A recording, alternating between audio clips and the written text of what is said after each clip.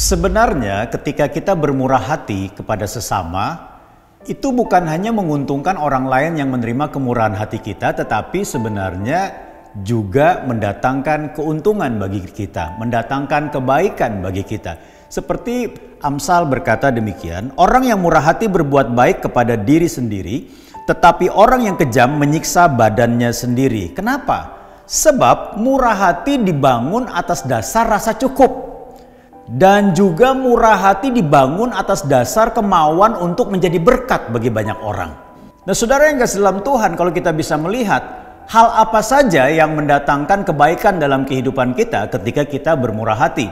Yang pertama adalah bersyukur.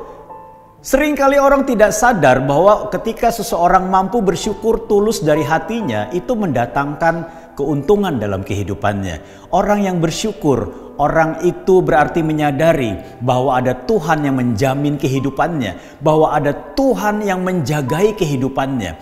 Dan yang berikutnya adalah bersukacita. Kebaikan yang berikutnya yaitu bersukacita. Bersukacita karena apa? Karena dia diberi kesempatan untuk melakukan kemurahan hati sebagai wujud rasa terima kasihnya kepada Tuhan yang juga sudah bermurah hati dalam kehidupannya. Kemudian yang ketiga adalah menjadi serupa dengan Kristus dalam tindakan. Karena Tuhan kita, Yesus Kristus adalah Tuhan yang murah hati. Dan yang keempat adalah kita sedang memenuhi hukum tabur tuai. Ada banyak orang ingin diberkati, ada banyak orang ingin menuai hal yang baik, tetapi sayangnya tidak menabur. Sehingga apa? Hukum tabur tuai tidak dipenuhi di dalam kehidupannya. Nah, saudara yang kasih dalam Tuhan, dikatakan orang yang kejam, dikatakan bagian yang kedua dalam Amsal tadi adalah orang yang menyiksa dirinya. Kenapa? Karena orang yang kejam memiliki hati yang kejam, memiliki hati yang tega. Kenapa? Itu akan mendatangkan siksaan dalam dirinya sebab selalu merasa kurang. Muncullah persungutan bukan ucapan syukur. Kemudian berduka cita ketika diberi kesempatan untuk bermurah hati.